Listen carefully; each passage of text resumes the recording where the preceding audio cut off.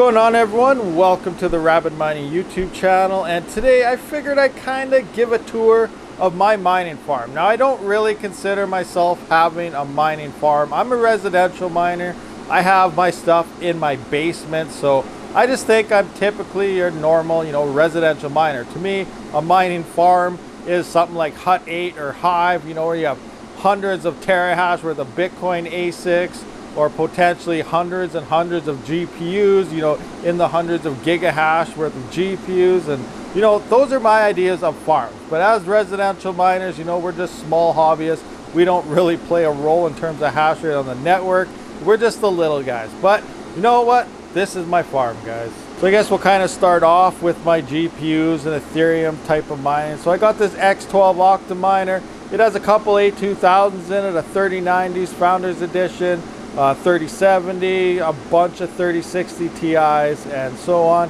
This X8 OCTOMINER here, it's got 4 A2000s, I believe, a couple 5700 XTs, a 5600 XT, and a Polaris 580, which I'm probably going to pull offline soon because it's one of the least efficient GPUs I have. Of course, I got the Jazz Miner hanging out in the bathroom here, still, mining away on Ethereum because it is currently the most profitable coin to mine. And then we got this Apollo V1 miner, which is around 280 to 300 mega hash. So with all my GPUs and everything and Jazz miners and all that stuff, I'm sitting at about 2.3 gigahash worth of Ethereum Classic hash rate.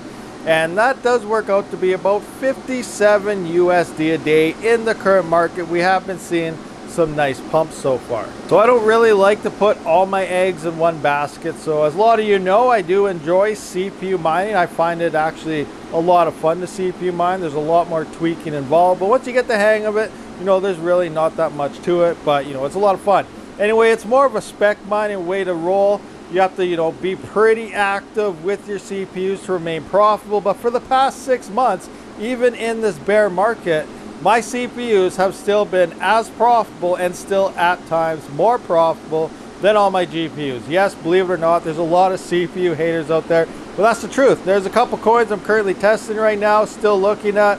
I'm not, giving away what they are because obviously the difficulty will pick up and they won't be very profitable, but it took a little bit of time. I did find a couple gems out there and it's currently making quite a bit of money. But as for all my CPUs, I got about 4 3900Xs right there.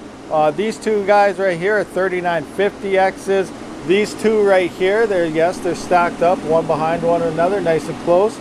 So it doesn't take up too much room. That's another thing. You lay them flat like this, they start taking up quite a bit of room. You stand them up, you can squeeze them in nice and tight. But these two are 3900Xs as well. These two in the cases are 5950Xs. Over here I got 5 3950Xs. Or no, those 5 are 3900Xs. Rig 5 is hanging out in the middle in the back there. He likes to be in the spotlight, so he's kind of on a cool down period still. And then down here I got another additional 6 3900Xs. Moving into where my workstation is, this is a 5950X with an RTX 3080 EVGA FTW3 non-LHR. I picked that up before LHR was even a thing. It's still going strong.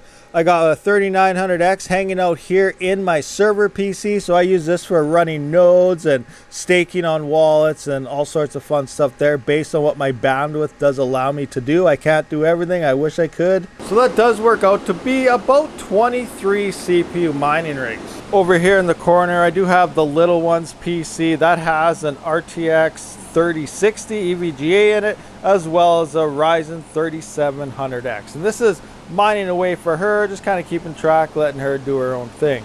Now I am starting to run into a bit of an issue when it does come for future expansions.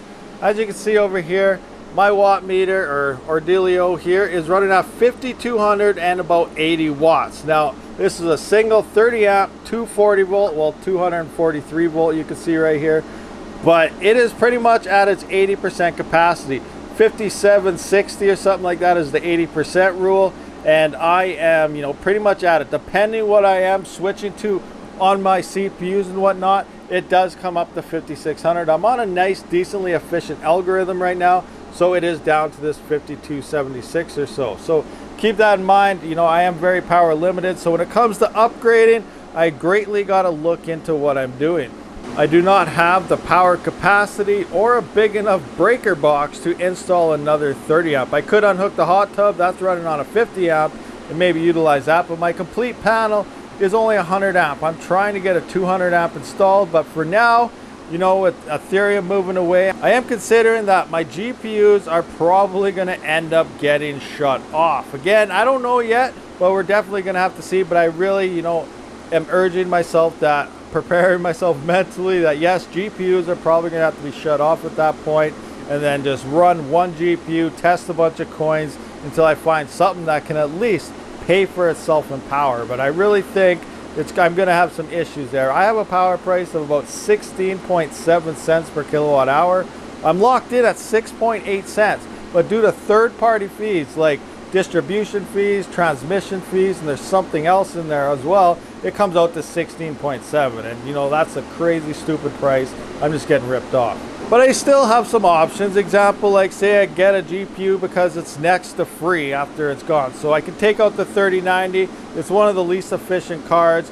Obviously I could drop some of those AMD GPUs, get rid of them. They don't seem to do too well. The 5000 series anyway, I don't have a 6000 series to know for sure, but at least the 5700 XT and the 5600 XT doesn't look like it's going to be too well performing on other algorithms.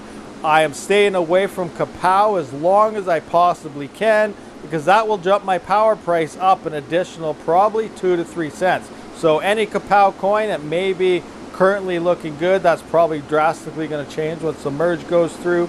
But it has to be at least 10 to 15% more profitable for me to even consider swapping to any Kapow coin. That is Raven coin, that's that Neoxa, and whatever else runs on that. Furo, it runs off Furo Power, same type of ordealio there. They use too much power. So, you know, I'm pretty much limiting myself to something like Ethereum Classic, which I think is going to be overrun by ASICs, so I don't think GPUs are going to have a place there for a while. But, you know, Ethereum Classic is an option.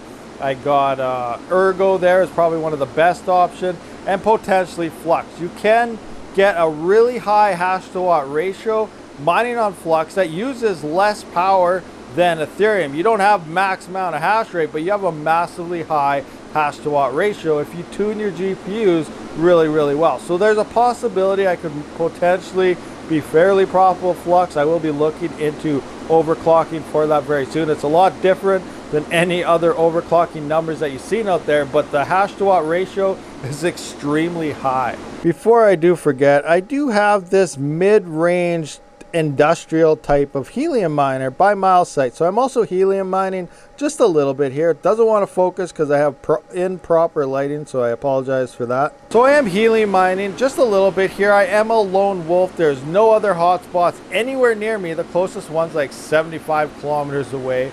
So I do have 2 helium miners. The other one's placed about 3 blocks away or so at a different location. And I am making about 75 to $1.20 Canadian per day. So that's not too bad here, but that's pretty much, you know, my whole rundown of my whole crypto mining basement. Oh, I guess I also got this other iPollo. This is an ETC Mini Classic Plus. I did look at the Mini Classic not too while ago, and this one is the Plus, which has more of a hash rate. Jingle Mining just sent this one out, so I am currently working on seeing what the average hash rate and everything is on this before I release a video. But Jingle Mining does have these for the cheapest price possible, so be sure to check the links in the description, you know, if you're trying to pick one of these up. Seeing how I'm on the topic of these mini miners right now, Belay Mining, who sent out the V1 Mini as well as the V1 Mini Classic, they've been out of stock for quite some time now, but it does sound like as of today, you guys watching this video on release, stock is supposed to be coming in, and there's supposed to be another sale. So if you're looking for some of these 2 miners here, then be sure to check the links again and see if they're in stock. As for the rest, I have a KD Box Pro here, still making about $2.80 a day or so. And then we got a Mini Doge Pro, which is, you know, it's only making like 30 cents a day. So obviously I could probably pull that thing offline if I need be. That's another 230 watts, depending on what I want. That's, you know, 2 or 3 A2000s if I want. But regardless, we'll see what happens here. All right, guys, so I guess enough of the mumbling and rambling around here. I just kind of wanted to give you guys an insight on what I got going on in my own crypto mining basement. You know, kind of what I'm mining with, what I kind of plan on doing, and how things are going to work out. Let me know in the comments below. What are you guys going to do when the merge hits? Do you have any other plans? Do you have a variety of different rigs and versions you're mining? Or are you strictly a GPU miner and that's it? So, you know, let me know. I'm curious to see how you guys are mining, what you guys are doing. If you guys want an update on any of this type of equipment that I do have, or looking at me to try a certain coin or something, just be sure to let me go. Also, link in the description to my Discord. Join up, come join, talk with me, and we can have all sorts of conversations. Regardless, thank you for watching. Actually, cancel that. Not thank you for watching yet. Seeing how we're here also, I almost forgot. I'm sitting at 29.8 degrees now currently in my mining basement. This was hanging out. We have had some hot days lately.